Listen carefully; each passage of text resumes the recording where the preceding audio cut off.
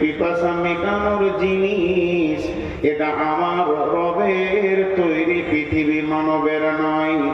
কিন্তু ওই হাজে কাউসারটা আমার রব হাদিয়া করে দিয়েছেন, তোহফা দিয়ে দিয়েছেন তিনার নবীকে। সেটা কন্ট্রোল করবেন কে? আখিরি পয়গম্বর নবী মুহাম্মদুর রাসূলুল্লাহ সাল্লাল্লাহু আলাইহি ওয়াসাল্লাম। সেই হাজে কাউসারটা গোল নয়, সেটা লম্বাও নয়, চৌকান্না হবে। আপনার নজর এক প্রান্ত থেকে আর এক প্রান্ত দেখতে পাবে না, কিন্তু বিরাট লম্বা চওড়া, ওখানে আকাশের তারার মতো অসংখ্য পেয়ালা জলজল করে ভাসবে। চারিদিকে ফেরেশতার সিকিউরিটি দেওয়া থাকবে, আল্লাহর হুকুমের সিকিউরিটি থাকবে। অন্য কোনো দিকে পানি পান করা যাবে না। আল্লাহর নবী একই দিকে পানি পান করাবেন এবং উম্মতের হাতে পানি তুলে দেবেন। ওই পানিটার লাভ কি? ওই পানিটার ফজিলত কি? ওই পানিটা পান করলে আপনার আমার কি উপকার হবে? যতক্ষণ পর্যন্ত জান্নাতের চৌকাটা না চেঞ্জ করব, যতক্ষণ পর্যন্ত জান্নাতের ভিতরে না ঢুকবো, আর আমাকে পিপাসা লাগবে না। এই হাজে কাউসারটা আমার রব তার নবীকে আতা করেছেন, তাকে হাদিয়া করেছেন। বিশ্ব নবী কাউন্টিং করবে, তারপরও সে ফেরেশতার সিকিউরিটি থাকবে। দুই দিকে কলাক্সিবেল গেটের মতো পর্দা থাকবে। আল্লাহর নবী যাকে উম্মত ভাববেন, উম্মতের প্রতীক চিহ্ন পাবেন, তার হাতে পেয়ালা পানি ধরিয়ে দেবেন। যাকে তিনি উম্মত মনে করবেন না বা উম্মতের কিছুই যার কাছে পাওয়া যাবে না, ওই লোকটা যখন যাবে পানি পান করতে, বিশ্ব নবী জীবনেও কাউকে রেগে কথা বলেননি। সেই দিনই বলবেন, সোহকান সোহকান লিমান গায়্যারা মিন দীনি, সোহকান সোহকান লিমান বাদদালা মিন দীনি। তুমি আমার সামনে থেকে সরে যাও, আমার আনিত আদর্শ আইডিয়ালকে তুমি চেঞ্জ করে দিয়েছো, বদল করে দিয়েছো।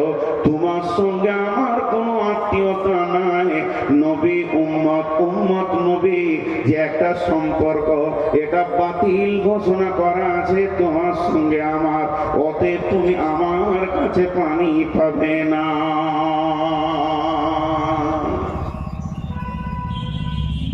এখন তো পাসপোর্ট মোবাইলে হচ্ছে, ঘরে বসে বসে ফর্ম ফিল আপ করে দেবেন। এক যুগে কলকাতায় যে ফর্ম ফিল আপ করতে হতো, সেই যুগে পাসপোর্ট করেছি।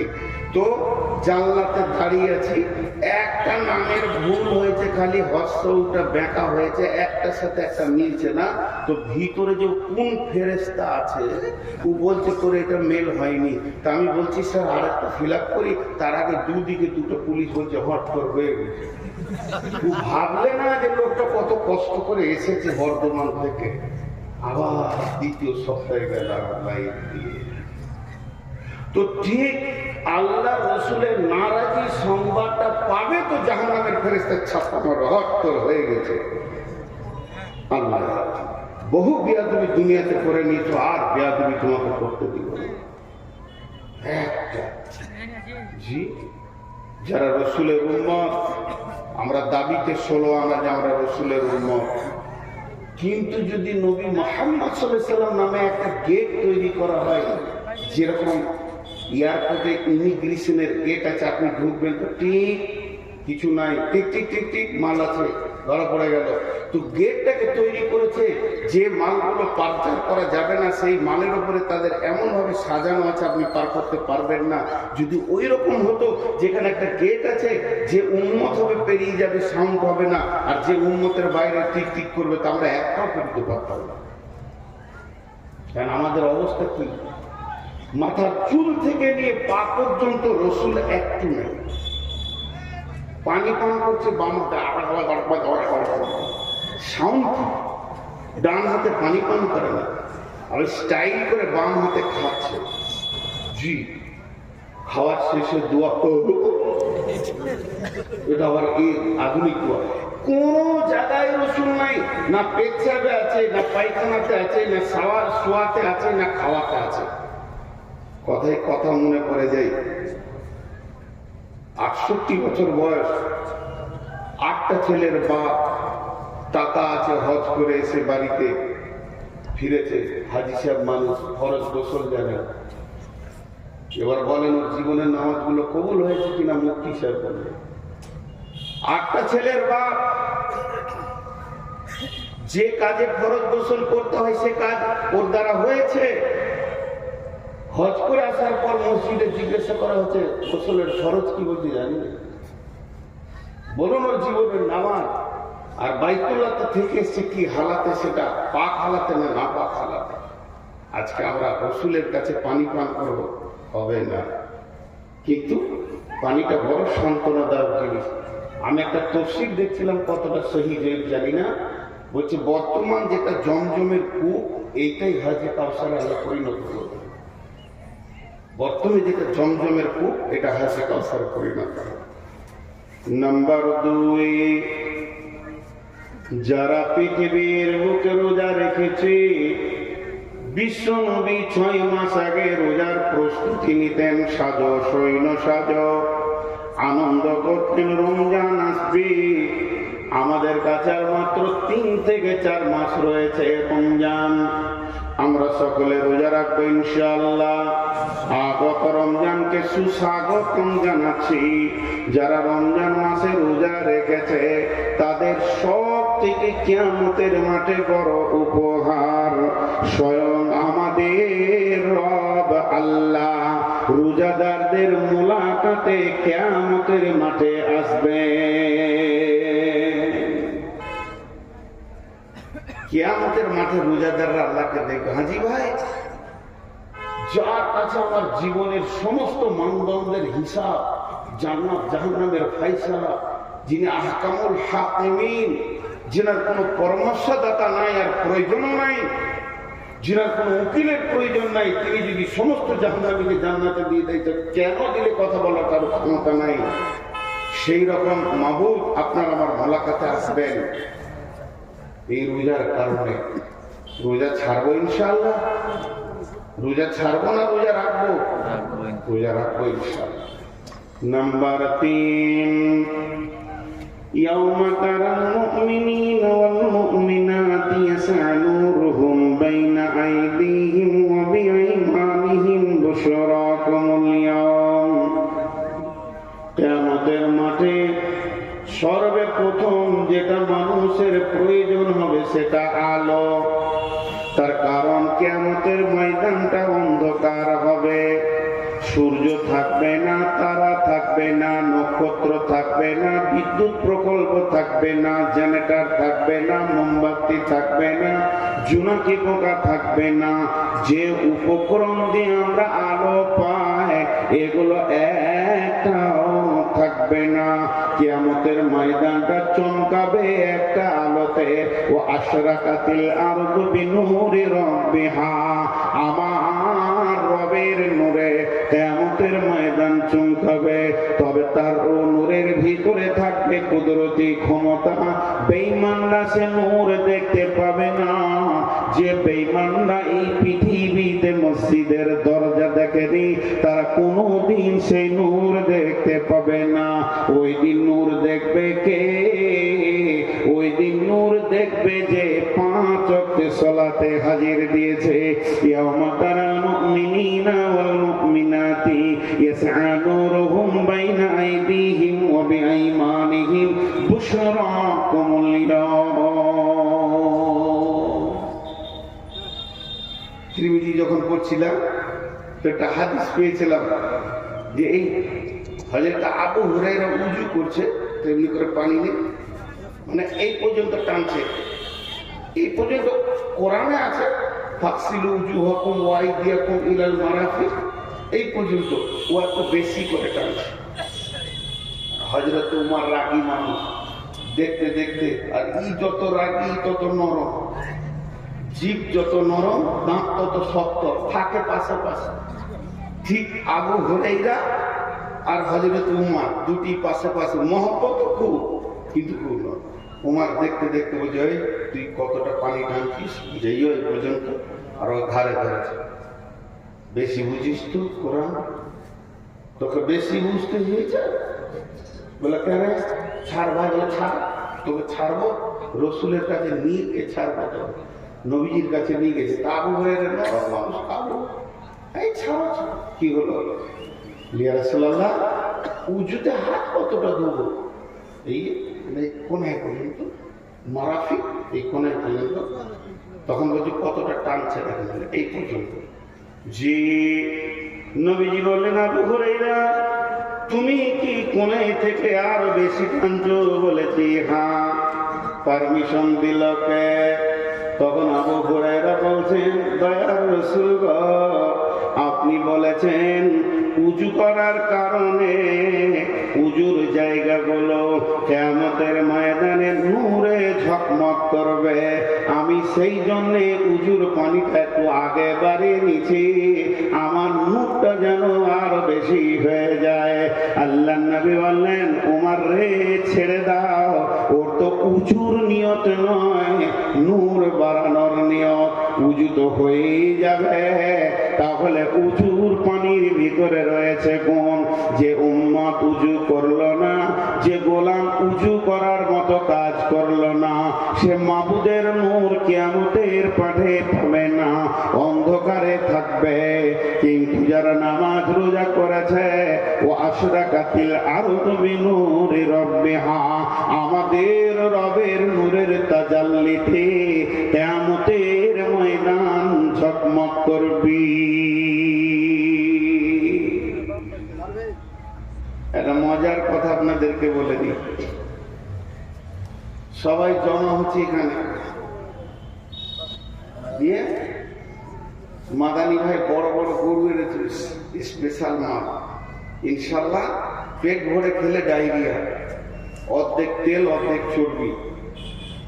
সবাই আমরা বসে গেছি, কিন্তু ধান্দা তো ওইদিকে লেগে আছে যে কখন ডাক পড়বে। এটাকে উদাহরণ দিচ্ছি। কিন্তু আপনি গেটে ঢোকার সঙ্গে সঙ্গে আপনাকে টিকিট দিয়ে দিয়েছে, এখনো খাবার ডাক করেনি। টিকিট পেয়েছেন মানে আপনার থালা লেগে গেছে। কথাটা বোঝাতে পারলাম? তো কিয়ামতের মাঠে আপনি যখন উঠবেন, এখন বিচার হবে, ফায়সালা হবে। কিন্তু যদি আপনার উজুর জায়গাতে নূর লেগে গেছে, মানে আপনি বুঝলেন যে কাজ হয়ে গেছে। কোরআন বলছে, ইয়াওমা তাবিয়াদু উজুহু ওয়া তাসওয়াদু উজুহু فأما الذين ابيضت وجوههم ففي رحمة الله هم فيها خالدون। সেই কিয়ামতের দিনে কিছু চেহারাতে নূরে ঝকমক করবে, আর কিছু চেহারা কালো হবে। তবে যাদের চেহারাতে নূর লেগে যাবে, হিসাবের আগে তুমি বুঝে নাও তুমি আল্লাহর রহমতের আয়াতভুক্ত চলে এসেছো, তোমার আর চিন্তা নাই। অতএব মুসলমান, কিয়ামতের মাঠে আল্লাহর নূর এবং দিদার যদি নিতে হয়, নামাজ আর রোজা দুইখানা ইবাদতকে মজবুত করতে হবে। চারটা সান্ত্বনাদায়ক জিনিস বলেছে, তার মধ্যে তিনটে বলা হলো। একটা হয়েছে কাউসারের পানি, একটা আল্লাহর দিদার, আর একটা হলো আল্লাহর নূরের তাসাল্লির রুটি। তিনটে বলা হলো, একটা বাকি আছে, এইটাই বিস্তারিত বলবো। আর একটা কি আছে?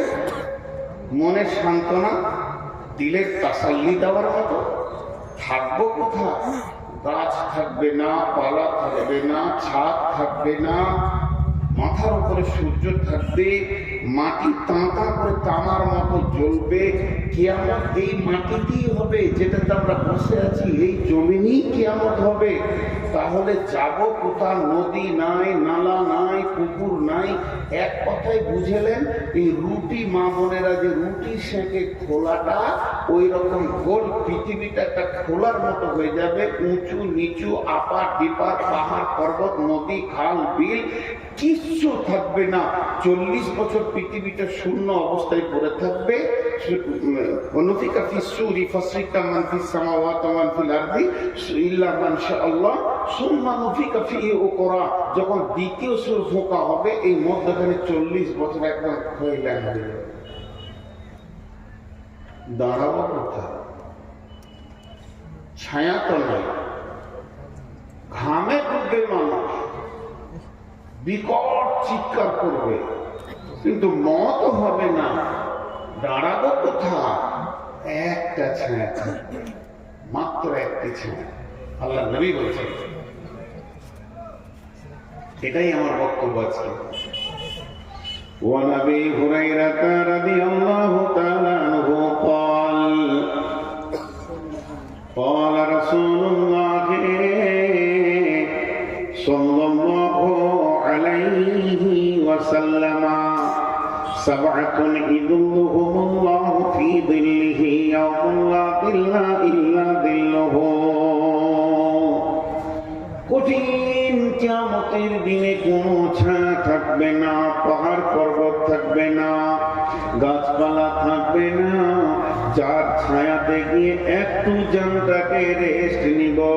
আল্লাহর নবী বলছেন একটা ছায়া থাকবে, সেই ছায়াটার নাম আল্লাহর রহমতের ছায়া। পূর্ব যুগ থেকে শুনে এসেছি আরশের ছায়া, কিন্তু হালাকে সেটা সত্য হচ্ছে আল্লাহর রহমতের ছায়া। ওই ছায়াতে কিছু মানুষ জায়গা পাবে। বিশ্বনবী বলছেন 7 জন লয়। বিশ্বনবী বলছেন 7 শ্রেণীর মানুষ পৃথিবীর বুকে যারা আমল করেছে, 7 ধরনের মানুষ, তাদের ওই ছায়ার ভিতরে কোটা লেগে থাকবে। তারা নিশ্চিন্তে সেই ছায়াকে উপভোগ করবে। একে তো হাজে কাউসারের পানি পেল, আর আল্লাহর রহমতের ছায়া পেল। মানে এখানেই জেনে নিতে হবে পৃথিবীর এসি ফেলিওর হয়ে যাবে। সেই ছায়াটা কেমন হবে? এটা বৈজ্ঞানিকের তৈরি এসি যদি এত শীতল হয়, এত মনোরম হয়, মনোরঞ্জন হয়, আমার রবের ছায়াটা কত মনোরম মনোরঞ্জন হবে, কত সুন্দর হবে। সেই রবের আমার রহমতের ছায়াতে জায়গা পাবে। কে বলছেন? কে বলছেন? বিশ্ব নবী বলছেন। কে পাবে রে? 1 নম্বর তুমি এসো, 2 নম্বর তুমি এসো, 3 নম্বর তুমি এসো। এই বলে তাদের কোটা লেগে যাবে, জায়গা পেয়ে যাবে। এই পৃথিবীর বুকে যারা 7 রকম আমল করেছে, একজনই যে 7 রকম করেছে তা নয়। যে আমলগুলি বলা হয়েছে, এই গুণ যার ভিতরে একটা থাকবে, ও আরশের ছায়াতে বাস করবে।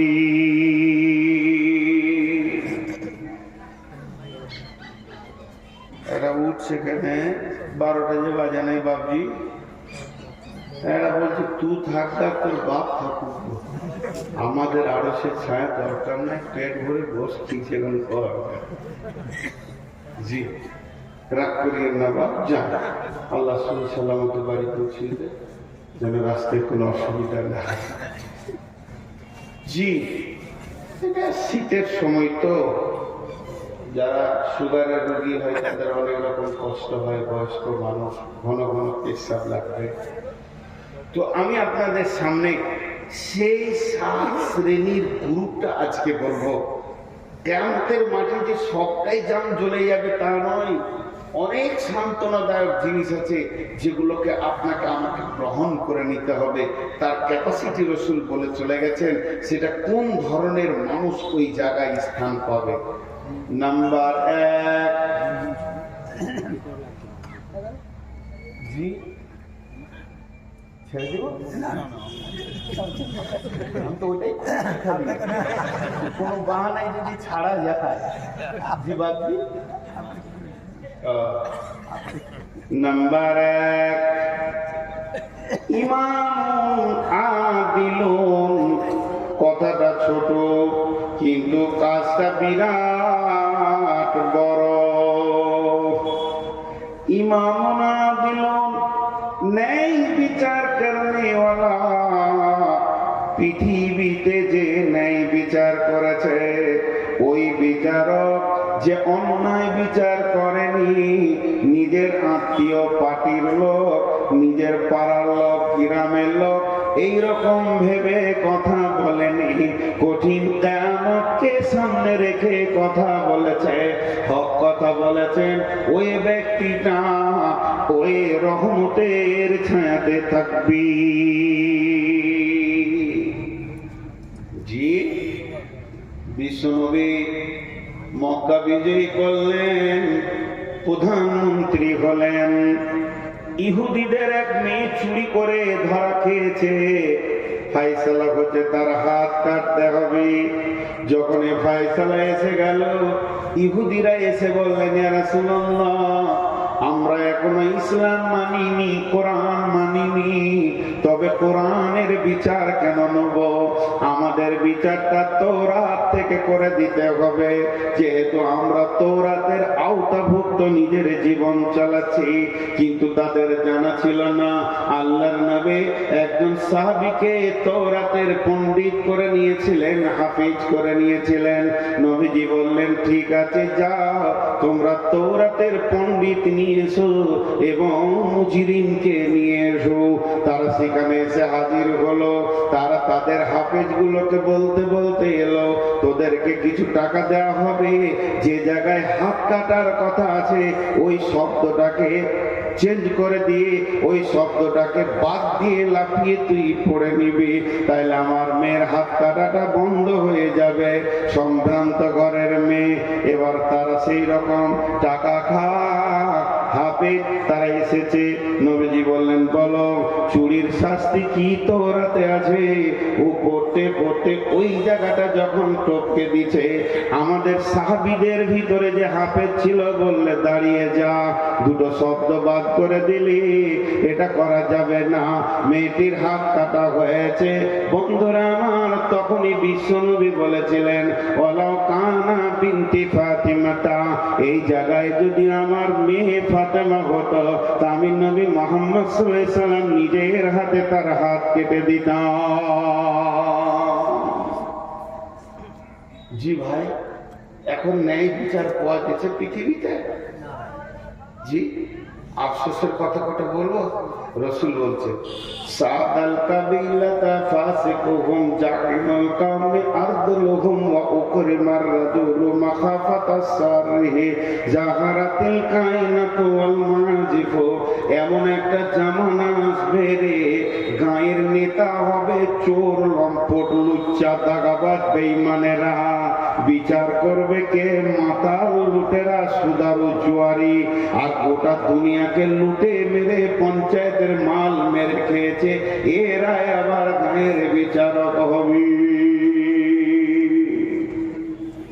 চলছে কি চলছে না এতগুলো লোক চুপ করে আমাকে ডাকছে যান যান যান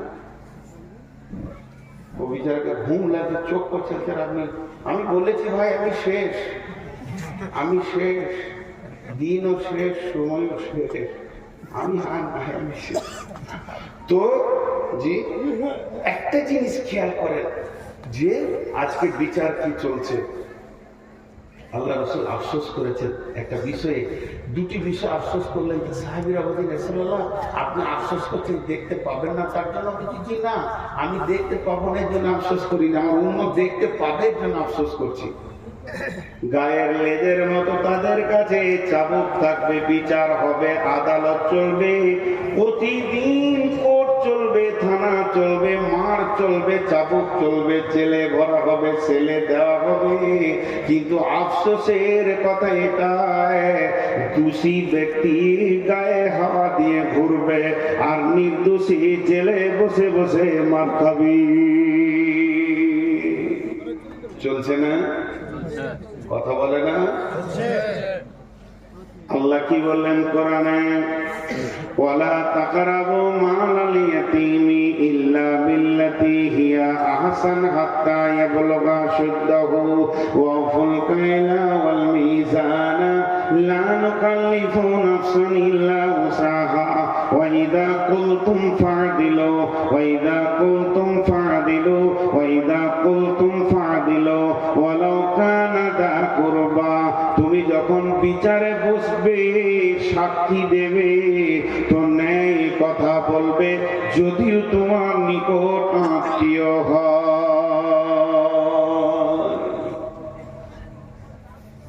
একটা ছেলে 4 চাকা গাড়িতে লাগিয়ে দিয়েছে মোটরসাইকেল। এখানে উদাহরণ দিচ্ছি আপনাদের বরজুমলা। আর গাড়িটা আসছে কোথা থেকে? পাকুড় থেকে। সে গরিবের বাচ্চা বিচারাকে 400 টাকা দিয়ে বলেছে মালটা ঢেলে দিয়ে আজকে ঘুরে এসে খাবি। পেট তার চুন করছে। আর যে টোটোওয়ালাদের অত্যাচার চলছে রোডে, আল্লাহ মাফ করো। এই যে করোনা ভাইরাসের তো কঠিন ভাইরাস। 4 চাকা নিয়ে চলা যে কত কঠিন। আমি ড্রাইভারকে বলি টোটো দেখে সাবধান হবে, এলপি গাড়ি থেকে সাবধান হতে হবে না, তাদের ঠিক আছে, কিন্তু এদের কোনো ঠিক নেই। একটা প্যাসেঞ্জার দেখে নিয়েছে, ভয়ঙ্কর ব্রেক করে দিলে, ওই বাড়ি থেকে আসছে, ও এইখান থেকে ব্রেক মেরে এমনি করছে, জানা নাকি? তার মানে যে চেপে আছে সেই নালি লোক হচ্ছে, জানা যাবে না এদের যা চরিত্র। তো ন্যায় বিচারের ব্যাপারে আমি আপনাদের সামনে যেটা বলছি, যে একটা গাড়িকে টোটোতে লাগিয়ে দিয়েছে, এলপি গাড়িতে। দোষ টোটোওয়ালা, অন্যায়ের বেলাইনে ছিল। ওটা বড় গাড়ি একটু লেগেছে, তো এর একটা চাকা চলে গেছে, ভেঙে গেছে। এখন ওকে কলার ধরে নেমে মারছে, চলছে মার। ও মারতে মারতে ওর বন্ধু এসে বলছে, তাহলে আমি অনেকদিন মাঝখানি দেখা যেতে চুলতে হিলি দিয়ে ও মারলে। এখন মানে বর্তমান যুবকদের একটা ভাইরাস, লম্বা চুল আর খালি মাথাটা এমনি করছে, আর হাতটা এমনি করছে, হাতটা এমনি করছে। আজকে টোটোতে এখন 53 থেকে 54 বার গেলে এখানে আস্তে আস্তে হাতে আর তুমি খুব কষ্টে আছে বলো, আজাব চলছে। হ্যাঁ, চুলের উপরে এবারে এই মার ভোর করে ওকে করে দেবে। কিন্তু একদিন ন্যায় বিচার হবে। তো এবার বিচার চলছে। টোটোওয়ালা চলে গলা বলে, কি ভেবেছিস?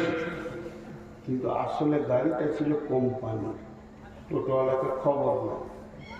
যখন ওর ড্রাইভারের নাক দিয়ে রক্ত আর রক্ত ভিডিও কল করে দেখিয়েছে, কোম্পানির মাথা খরচ। ওদের ইন্স্যুরেন্স করা থাকে 23 লক্ষ, 40 লক্ষ, 5 কোটি, 15 কোটি, 16 কোটি। জি, শিল্প ব্যাংকে শুধু অ্যাকাউন্ট খুলতে গেলে 10 কোটি টাকা লাগে, অ্যাকাউন্ট খুলতে, রানিং করতে। তো সেই রকম তারা বড় কোম্পানি, মনে রাগ হয়েছে, 4খানা কেস ঢুকেছে। মাল লুট, টাকা পয়সা লুট, মাল নষ্ট, 13 লক্ষ টাকার মাল ক্ষতি দিয়ে দিয়েছে। 4খানা কেস একদম কলকাতায় মেরেছে, লালবাজারে। ওখান থেকে খবর আসছে লালগোলায়, আসামি তুলো। রাত 3টের সময় পুলিশ এসে টোটোওয়ালার ঘর ধরে টেনে বার করছে। কি হলো? এতগুলা কেস হচ্ছে চোখ। ঠান্ডা ঠান্ডা, আমার বৃষ্টি পর্যন্ত ঠান্ডা। অঙ্ক করে 3 লাখ টাকার ঘর বাড়ি নেই, কিন্তু মাস্তানি করেছে। বহু ঘটনা এরকম ঘটেছে, চটপট করে তার গায়ে হাত দিতে দিয়ে যখন ওকে থানাতে বসানো হয়েছে, মন দিয়ে শুনবেন। একদিকে ও তো বসিয়েছে, থানা বড় বলছে বস, বসলো। একদিকে এসপি, একদিকে ডিএম, একদিকে এসডিও, আর একদিকে আর কিছু কোম্পানির লোক। এরা টিম নেমে গেছে। ওকে তখন বলছে, তুই লাগিয়েছিলি না গাড়িটা লাগিয়েছিল? তখন গলার ভিতর তো আজকে করে কেন বলছিস? তুই সেই দিনই কেমন করছিলি? যেদিন মেরেছিলি সেই দিন তোর গলার সাউন্ডটা কেমন ছিল, আজকে কেন হালকা হয়ে গেল? আদালতের মাঝে করেছো, সৈন্যের মাঝে আছো, এখন তোমার সমস্ত শুকিয়ে চুর হয়ে গেছে। এখন তুমি আর আমলো, তোমার নাম আমচুর। টেনেও সোজা করা যেছে না। বড়বাবু বলছে গলা ছেড়ে কথা বল, পানি খাও। বলছে স্যার ভুল হয়ে গেছে, চলবে না। তো আমার আল্লাহ বলছে আমি জিভটাকে রেখেছি 32টা সৈন্যের মধ্যখানে। 2টি সিবিআই কাস্টম তার উপরে আছে, 2টা সিআইডি রয়েছে, এই দিকে 2টা কাস্টম অফিস তাকে ঘিরে রেখেছে। মাথাটা হলো গোটা বডির আদালত। এতগুলোর ভিতরে যেদিকে তুই কথা বলিস এটাই হলো তোর কথার জায়গা। আল্লাহ বলছে ওয়াইদা কুলতুম, যখন তুই কথা বলবে ভাড়া দিল ইনসাফ করে কথা বলবে, তোর বডিতেই আমার সিআইডি কাজ করছে। ভাড়া দিল ওয়ালাউ কানা দা কুরবা, যদিও সে নিকট আত্মীয় হয়। বাদশা নিজে হরিণ শিকার করতে গিয়েছে, তীর ধরেছে, একবার ফলা তীর। হরিণকে পাবে তোর ওখার দুনিয়াতে বেঁচে থাকতে হবে না। আর যেই তীর ছেড়েছে হরিণটা তরফ করে লাফিয়ে উঠেছে, আর লক্ষ্য ভ্রষ্ট হয়ে পায়ের তলা দিয়ে সেই তীর নদীর ধারে এক বুড়ি এমনি করে কাপড় সাফ করছিল, আর ওর একমাত্র বিধবা মেয়ে বাচ্চাটা দাঁড়িয়েছিল, কানে পড়ে স্পট হয়ে গেল। কাজীর কাছে বিচার চলে গেল। বাদশা নিজে মেরেছে, দেশের বাদশা মেরেছে, আর বিচার গেছে কাজীর কাছে। আজকে শুক্রবার, রবিবার বিকাল 3টে ফাইসালা হলো। বাদশাকে এনে হাজির করা হলো। বাদশা সিংহাসনে নেয়, কাঠগোড়ায় দাঁড়িয়ে আছে, বুড়ি দাঁড়িয়ে আছে, দাফন কাফন হয়ে গেছে। একদিকে স্বামী হারিয়েছে, এবার সন্তান হারালো, যার মুখ পানে তাকিয়ে দুনিয়ার আলো দেখছিল। বাদশা তীর হাতে করে গেছে, কাজী বিচার দিচ্ছে। বাদশাহ বলে বলুন, তুমি মেরেছো? বলে হ্যাঁ স্যার। ইচ্ছা করে নয়, তবে লক্ষ্যভ্রষ্ট হয়ে গেছিল। হরিণটা চলে গেল, যে নদীর ধারে ঘাটে উনি কাপড় সাফ করছিলেন, ওর বাচ্চার কানে লেগেছে, স্পট হয়ে গেছে।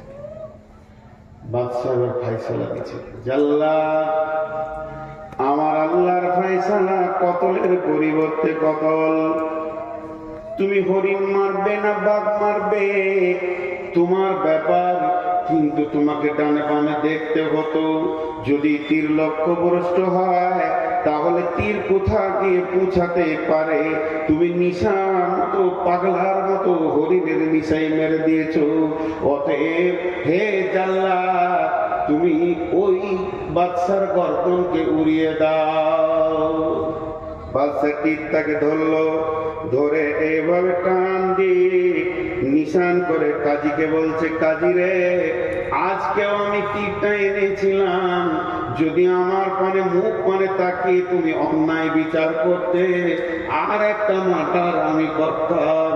কারণ আমি তীর হাতে করে কাঠগড়ায় উঠেছি, এই জন্যে অন্যায় বিচার আমি দেশে মেনে নিতে পারবো না। আমার গর্দন চলে যাক, কিন্তু ন্যায় বিচার হয়ে যাক। বুড়ি তখন এই কাঠগড়া থেকে কাঁদতে শুরু করেছে, কাজী সাহেব, এটা তো আমার মুজরিম, আমি যদি মাফ করে দিই বাদশাকে আপনি কি করবেন? বলে আপনি মাফ করলে মাফ হবে।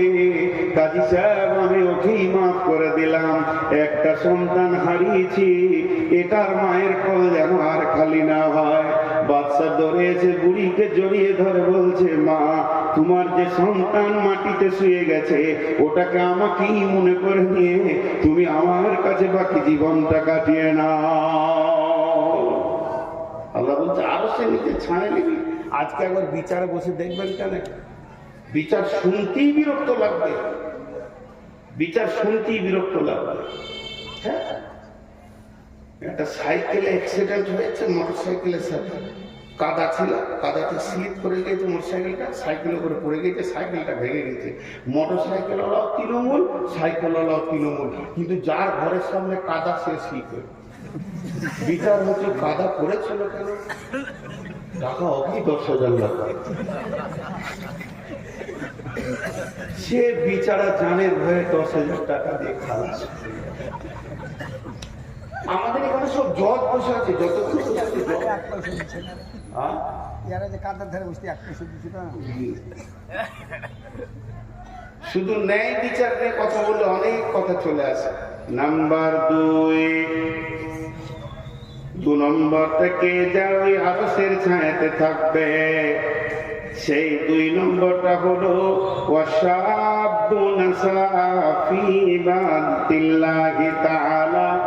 ওই যুবক, ওই যুবতী যে যৌবন কালটা আল্লাহকে দিয়ে দিয়েছে, আল্লাহর প্রেমে ব্যয় করেছে। যুবতীকে যেখানে যৌবন ক্ষয় করতে বলেছে ওখানেই ক্ষয় করেছে, আর যুবকরাও ওই জায়গায় যৌবনকে কাটিয়েছে। যুবকের যৌবনে 2টি ডিউটি, আর যুবতীদের যৌবনে 1টা ডিউটি। যুবতীদের যৌবন, যুবকের যৌবনে পুরুষের যৌবন কাল 2টি কাজ করবে। একটা কাজ করবে কি, সে ইনকাম করবে, যেখানেই থাকবে হাজরে হালাল পয়সা নিয়ে সে জমা করবে।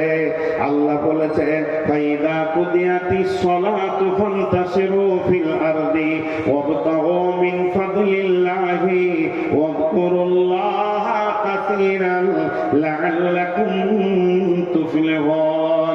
আমার মতো সুগারের রোগীটা মসজিদে বসে বসে বসে বসে আসর থেকে মাগরিব পর্যন্ত যদি সুবহানাল্লাহ আলহামদুলিল্লাহ বলে, যে নেকিটা পাবে, একটা যুবক যদি শুধু একটা মাল সেল করার জন্য বেরিয়ে যায়, সে যে ইনকামটা করবে, যদি ও রাস্তার ধারে বলে 4 আনা 4 আনা 5 টাকা 5 টাকা, মানে চিড়ে বাদাম বিক্রি করছে 5 টাকা 5 টাকা 5 টাকা 5 টাকা 5 টাকা, মুখ দিয়ে কুল হল ইন্না আতাইনা নয়, 5 টাকা 5 টাকা 5 টাকা 5 টাকা।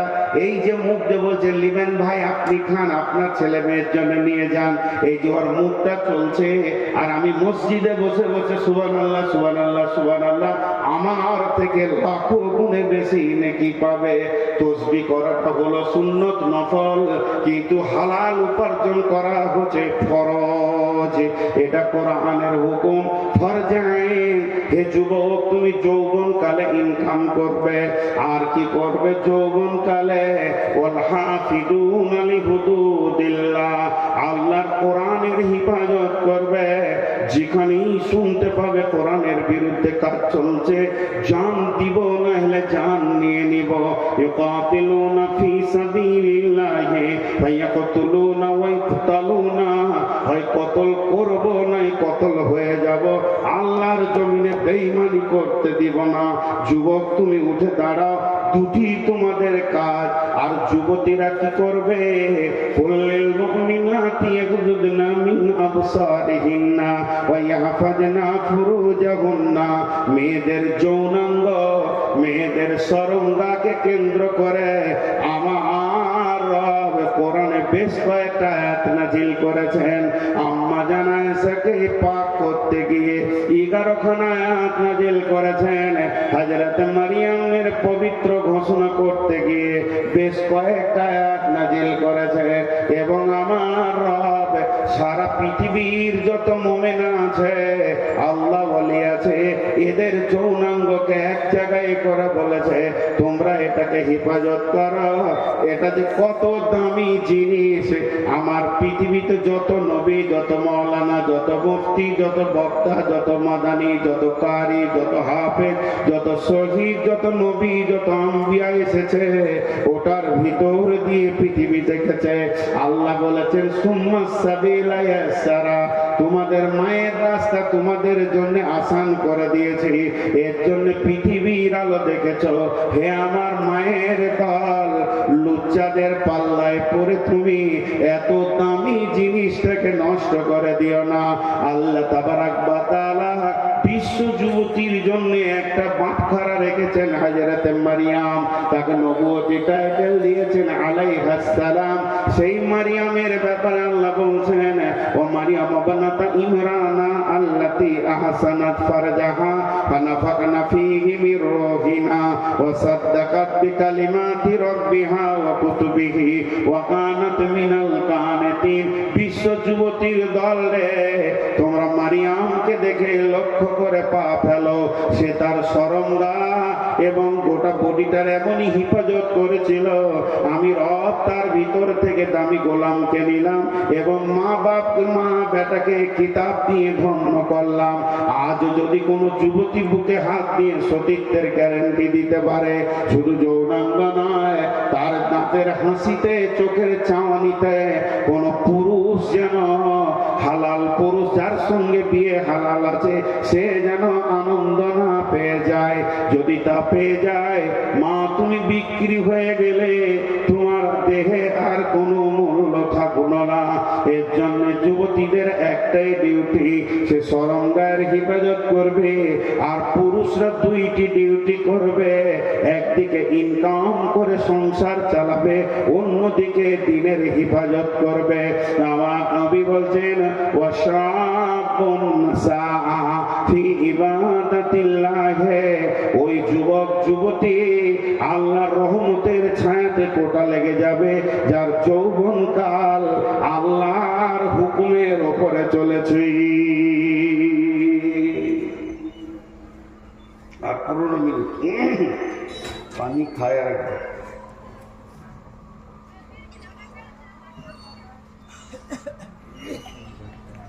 জি। নাম্বার 3, ওয়ারাজুলুন কালবুহু মুআল্লাকুন বিল মাসাজিদি। বিরল বর্ডারে ঢুকেছি আমি, বাংলাদেশ, ওই রাধিকাপুর হয়ে দিয়ে সমস্ত পাসপোর্টের কাজ হয়ে গেল, ভোগ লেগেছে, একটা হোটেলে গেলাম। তো বলছে কি খাবেন? আমার ছোট মাছ আছে। আমরা বলি ছোট মাছ, ওরা বলে গুঁড়া মাছ।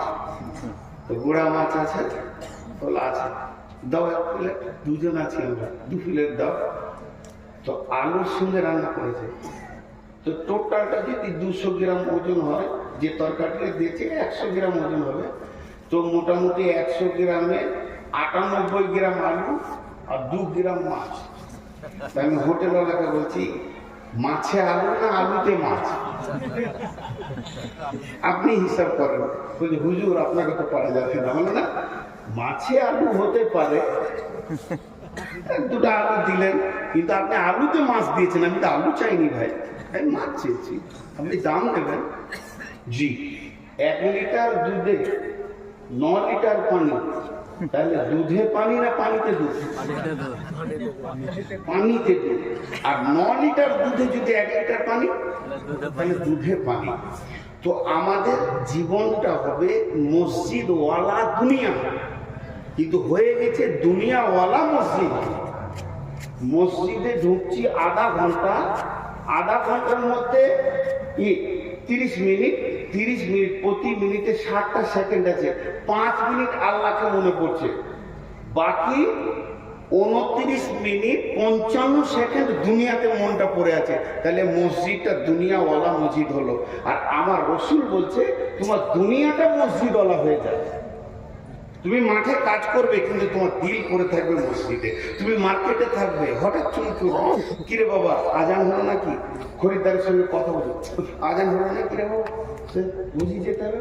হ্যাঁ, এমন মার কাট কাজ, ধান কাটো, ধান নিয়ে চলো, ধান বও। সারাদিন যেন শ্বাস ফেলার সময় নাই। ভোরবেলায় বেরিয়ে গেছি, জোহরের আজান শুনে মাঠে নামাজ সেরে নিয়েছি, সালাম ফিরে আবার কাজে লাগ, চল চল চল। বাড়ি থেকে খাবার গেল, খেয়ে নিলাম।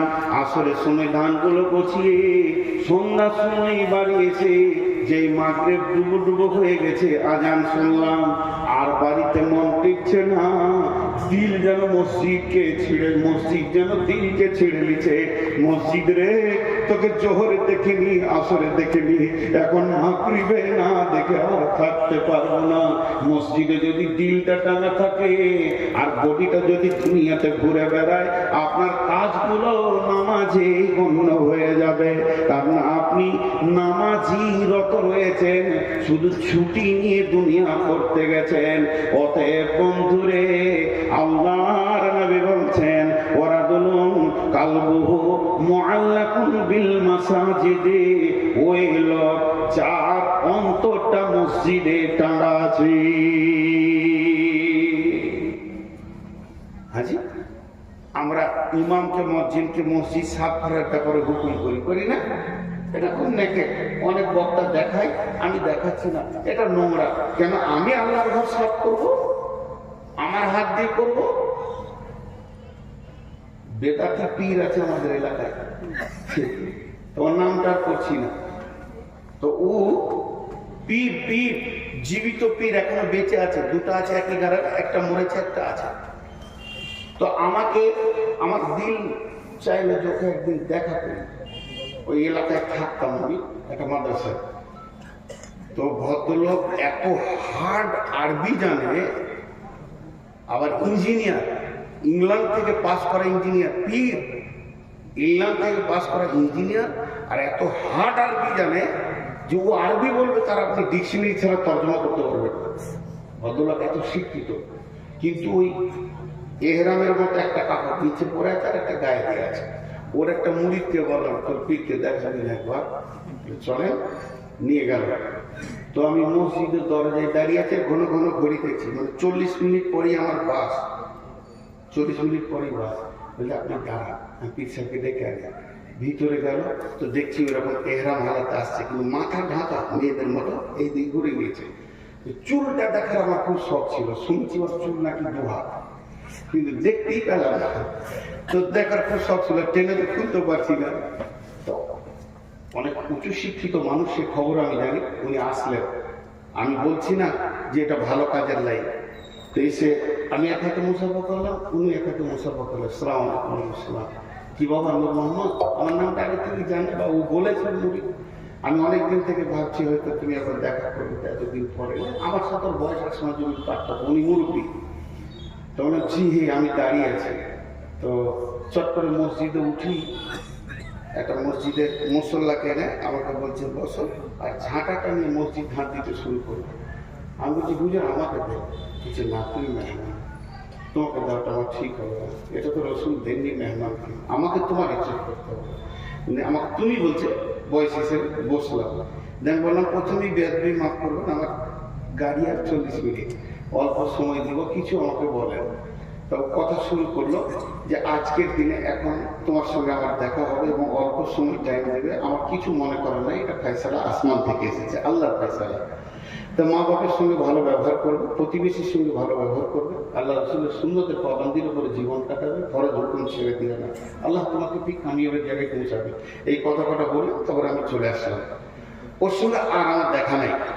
তো ওর কাছ থেকে এই ইলমগুলো পেয়েছিলাম ওর মুরিদের কাছ থেকে, শরীয়ত, তরিকত, হাকিকাত, মারিফাত, তান্ত্রিক, তামাসিক, যান্ত্রিক, রাজস্বিক, এই রুটের লাইনে যে কথাগুলো ওখান থেকে উদ্ধার করেছিলাম অনেক। তো খুব নোংরা জায়গা আছে এখানটা, খুব নোংরা আছে, আপনারা শুনে ভালো মনে করলেন, খুব নোংরা আছে। কিন্তু আমি এই কথা বলতে বলতে এতদূর এলাম কেন, যে একটা আন্তর্জাতিক পাশ করা ইঞ্জিনিয়ার, ও পীর হোক আর না হোক, এটা তো পাস করে এসছে ইঞ্জিনিয়ার, মসজিদে উঠি প্রথমে ঝাঁটাটা হাতে করে ঝাঁট দিতে লাগলো, কারণ ওর হৃদয়ে মসজিদের মহব্বত আছে। আর আমরা মসজিদে ঢুকে এবার জানলাতে লম্বা হয়ে ঝুলছে, সে ঝুলছে, ওটা সাফ করার কোনো নিয়তি নেই, অথচ এটা আল্লাহ। আর মা বোনেরা গোটা ঘরে যেটা ঝাঁটু দিয়ে জমা হবে মাল, ওটা নিয়ে এসে মসজিদের পাশে ঢেলে দেবে, মসজিদকে নোংরা করে রেখেছে। মসজিদ এত সুন্দর হয়ে থাকবে, আপনার একটা বাড়ি, আমার একটা বাড়ি, আপনার একটা বাড়ি, ইনার একটা বাড়ি, ওনার একটা বাড়ি, গোটা গ্রামে 300 জনের 300টা বাড়ি আর 300 জনের একটা বাড়ি, তাহলে বলেন ওখানে ময়লা থাকে কি? 300 জন যদি নিয়ত করে আল্লাহর ঘরে ঝুল হতে দিব না, আল্লাহর ঘরের ভিতর কেন বাইরে তো দাগ লাগতে দিব না, একটু ময়লা লাগতে দিব না, আমি সুন্দর করে ছেড়ে দিব। আল্লাহর নবী বলছেন ওয়ারাদুন কালবুহু মুআল্লাকুন বিল মাসাজিদি ফিল মাসাজিদি, ওই লোক আরশের ছায়াতে থাকবে, রহমতের ছায়াতে থাকবে, যার হৃদয়ে মসজিদের মহব্বত আছে। শুনো শুনো ইয়া ইলাহি, শুনো আমার মোনাজাত।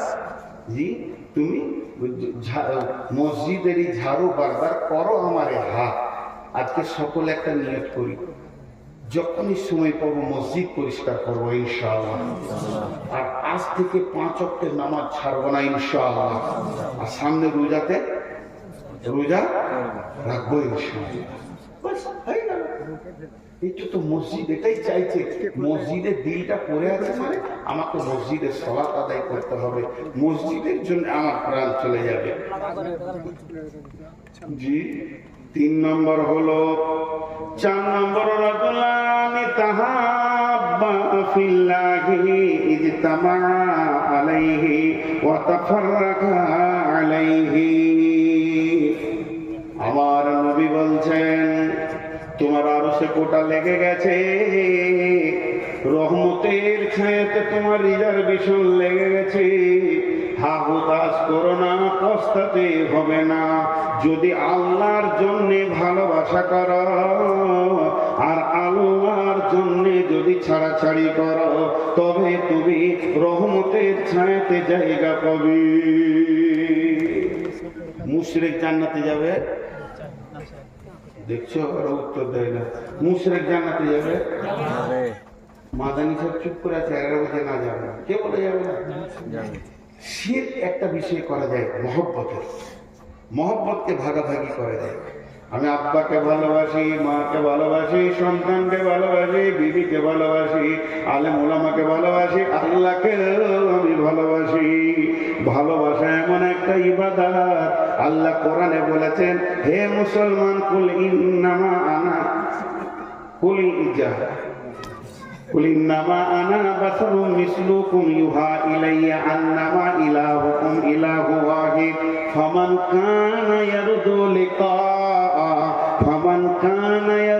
লিকা রাব্বিহি, যদি কারো মনের তামান্না থাকে রবের সঙ্গে মোলাকাত করব, ফামান কানা ইয়ারজু লিকা রাব্বি ফালিয়ামাল আমালান সালিহা, সুন্দর আমল করো, ওয়ালা ইউশরিক বি ইবাদাতি, ইবাদতের ভিতরে শিরক করিও না। আমি মালদান করলাম আব্বার নামে, মালদান করলাম মায়ের নামে, মালদান করলাম বোনের নামে, ভাইয়ের নামে, আমি আল্লাহর হস্তে আল্লাহকেও মাল দিয়ে দিলাম। আমি চারিদিকে মহব্বত ভালোবাসা ছড়ানো আছে আমার। ওতে বন্ধুরে, মানুষকে ভালোবাসবো আমি আল্লাহর জন্য, এবং মানুষের সঙ্গে আমার ছাড়াছাড়ি হবে আল্লাহর জন্য। আল্লাহর যে দুশ্মন সে আমার দুশ্মন, নবীজির দুশ্মন আমার দুশ্মন, কিন্তু ওই দুশ্মনের সঙ্গে আমার আপোষ থাকবে না। আল্লাহর মহব্বতে আমি মহব্বত করব। তো বিশ্ব নবী বলছেন তোমার একটা কোটা যেন ওই আরশের ছায়া, রহমতের ছায়াতে লেগে গেছে।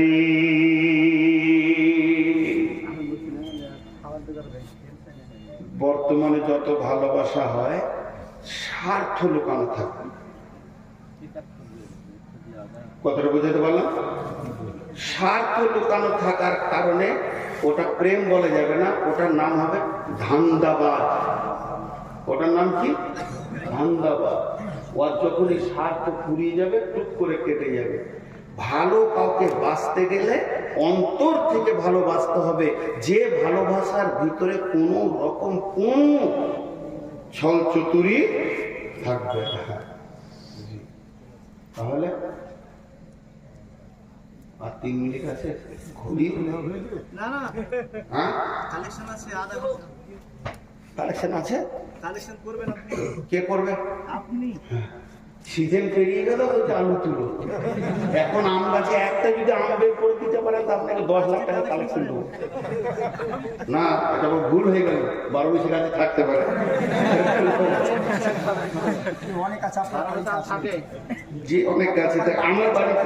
এখন আম বিক্রি হচ্ছে সাহেব বাজারে। আবার বলবে তা আবার চাইবে তাহলে তো আম বিক্রি হচ্ছে সাহেব বাজারে, আম বিক্রি হচ্ছে এখন। আপনার জন্য পেছনে বেশি তো হবে।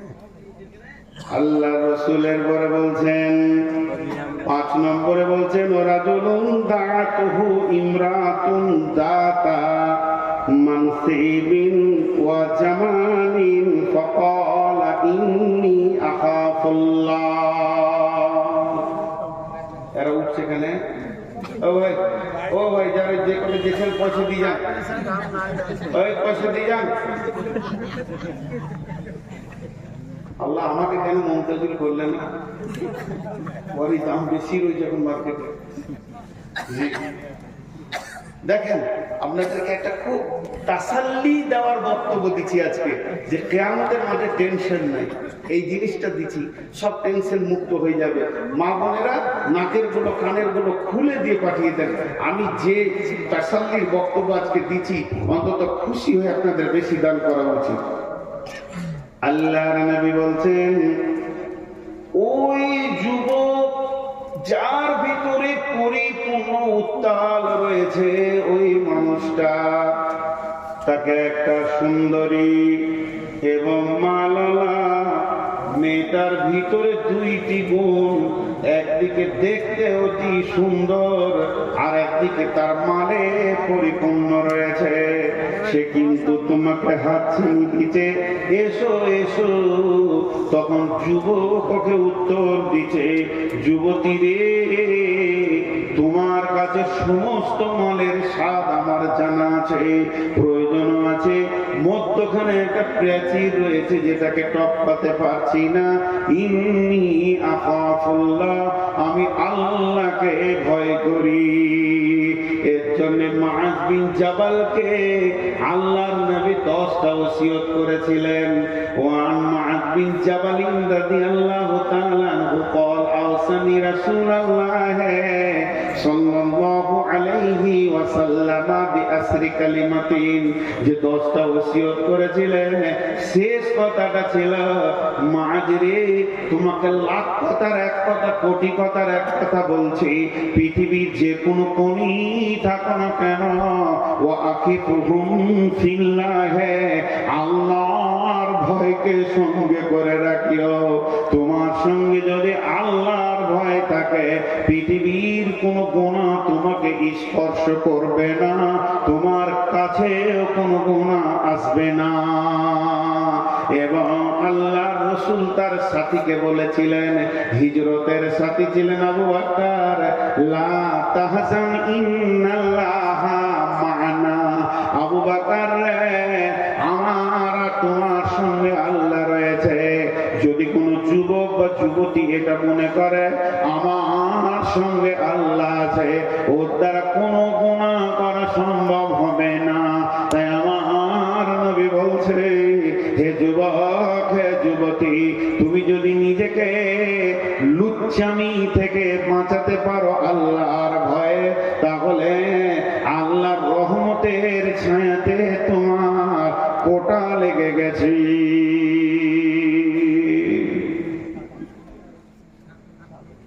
যে কটা হলো বলে গেছে, 5টা হলো। 6 নম্বরে ওয়ারাজুলুন তাসাদ্দাকা বিসাদকাতিন ফাআখফাহা হাত্তা লা তা'লামু শিমালুহু মা তুনফিকু ইয়ামিনুহু। আল্লাহ তাবারাক ওয়া তাআলা রাসূল বলছেন, ওই হাত দান করনেওয়ালা, সে ডান হাতে দান করেছে, বাঁ হাতকে তার খবর নাই। ছন্দ করে আদায় করে দান করা যাবে বলেছে আলেম ওলামারা। আমি তো আলেম নই, জাহেল। তো আলেমরা বলছে আদায় করা যাবে, কিন্তু ছন্দটা যেন শরীয়তের বাইরে না হয়। তো তো ছন্দ করে আদায় করছে, কিন্তু এমন ছন্দ জরিনা বিবি দিয়ে পাঠিয়েছে 200 টাকা, যদি ওর নামটা বলা না হয়েছে তার একবার বলছে বলগা আমার নামটা বলে নাই। কিন্তু গোপন দান দেখেন প্রকাশ্যে দান করা যায়, ওটা ক্যান্সেল করা যাবে না। রাসূলুল্লাহ সাল্লাল্লাহু আলাইহি ওয়াসাল্লাম প্রকাশ্যে দিয়েছেন, কে আছো দাও জমা করো, সব প্রকাশ্যে দিয়েছেন। আবার গোপনও দান করা যায়, কিন্তু গোপন দানে তো দান হবে, আবার আরেকটা এক্সট্রা ফেসিলিটি বেনিফিট হবে যে আল্লাহ রহমতের ছায়াতে জায়গা লাগবে। জি, একটা লম্বা হাদিস, আর হাদিস করছি না। لا تصدقنا بصدقة فخرج به بصدقته فوجعها في يد السارق। এর আগেও আমি বর্ণনা করেছি নবী মুসার জামানায় ঘটনা। বনি ইসরাইলদের একটি লোক নিয়ত করলো আজকে গোপনে দান করব, আমি নবী মুসাকে বলবো না। এই হাদিসটা ইমাম বুখারী আলাইহি রাহমা বর্ণনা করছেন। বিশ্ব নবী বলেছেন নবী মুসার জামানায় ঘটনা, লোকটা কত ইখলাসের সঙ্গে দান করছেন, এমনকি নবীজিকেও সে জানাচ্ছেন না, সেই জামানার নবীও জানছে না। সে গোপনে এক জায়গায় এতটি মালকে, এতটি স্বর্ণ মুদ্রা হোক রৌপ্য মুদ্রা হোক দিরহামকে বেঁধেছে, রাতের আঁধারে ঘুরছে। আজকে রাতে দান করব, এমন লোককে দিব যেন কেউ না জানতে পারে আমি দান করেছি। মোড়ে একজনকে দিয়ে দিল ওর কোলে, এবার দানটা দিয়ে নিজেকে কাপড় ঢাকা নিয়ে লুকিয়ে আঁধারে পালিয়ে গেল। ওই মালটা নিয়ে এবার গায়ে প্রচার, সকালবেলায় চিঠা